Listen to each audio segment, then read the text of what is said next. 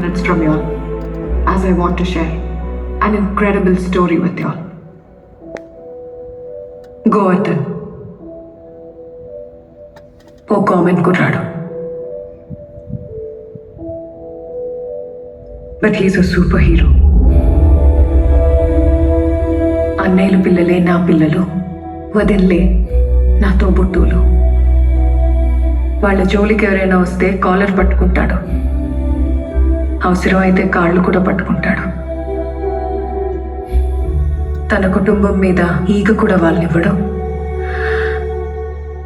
తన ఊపిరి, కలలు తన కోసం కాకుండా ఫ్యామిలీ కోసం అని తప్పించే ఓ అమాయకుడు,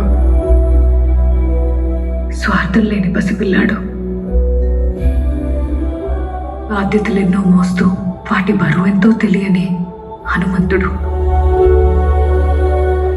తన సరదాలు, సంతోషాలు అన్నీ వదిలేసి కుటుంబం కోసమే తపస్సు చేసి 25 ఏళ్ల ఓ ముని తను. చూసేవాళ్ళకి తన బాధ్యత పేదరికల్లా కనిపిస్తుంది. తన ఓపిక జీవితంతో రాజీ పడుతున్నట్టు అనిపిస్తుంది. తన లైఫ్ స్టైల్ అపహాస్యంలా అనిపిస్తుంది. కానీ దగ్గర నుంచి చూసిన వాళ్ళకే తెలుస్తుంది, ప్రపంచంలో ఎక్కడా లేనంత ఆనందం ఆ కుటుంబంలోనే ఉంది అని.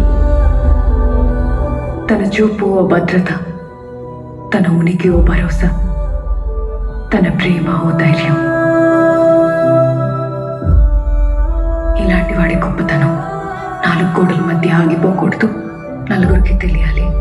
సమయం లేకో స్వార్థం పెరిగిపోయో కుటుంబ వ్యవస్థని గ్రాంటెడ్గా తీసుకొని నెగ్లెక్ట్ చేసే ఈ జనరేషన్ ప్రతి ఒక్కళ్ళు గోవర్ధన్ గురించి చదవాలి, తెలుసుకోవాలి, ఫాలో చేయాలి. ప్రతి కుటుంబంలో ఒక జనరేషన్లో ఒక స్టార్ పుడతాడు. ఆ ఫ్యామిలీని, దాని స్థితిగతుల్ని మారుస్తాడు. వాళ్ళ కష్టంతో ఆ కుటుంబం నిలబడుతుంది. వాళ్ళ ప్రేమతో ఆ కుటుంబం ఉన్నత స్థాయికి చేరుకుంటుంది. కానీ వాళ్ళు మాత్రం ఏ గుర్తింపు కోరుకోరు. అలాంటి వాళ్ళందరి కోసం రాసిందే ఈ థీసిస్. అందుకే గోవర్ధన్ గురించి రాసిన ఈ థీసిస్కి ద మ్యాన్ అని పేరు పెట్టాను.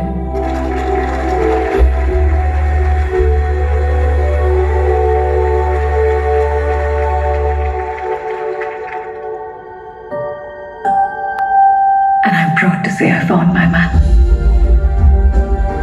నేను తనని అవమానించాను అనుకుంటే క్షమించమని అడుగుతాను. అర్థం చేసుకుని దగ్గరికి తీసుకుంటే నా అంత అదృష్టవంతురాలు ఎవరూ లేరు అని అనుకుంటాను. కానీ ఆఖరి వరకు అతన్ని ఆరాధిస్తూనే ఉంటాను. మన భారతీయ కుటుంబ వ్యవస్థకి ఇంత రెస్పెక్ట్నిచ్చి తన జీవితాన్ని డెడికేట్ చేసిన వ్యక్తికి ఐ థింక్ క్లాప్స్ సరిపోవు. He deserves a humble standing ovation.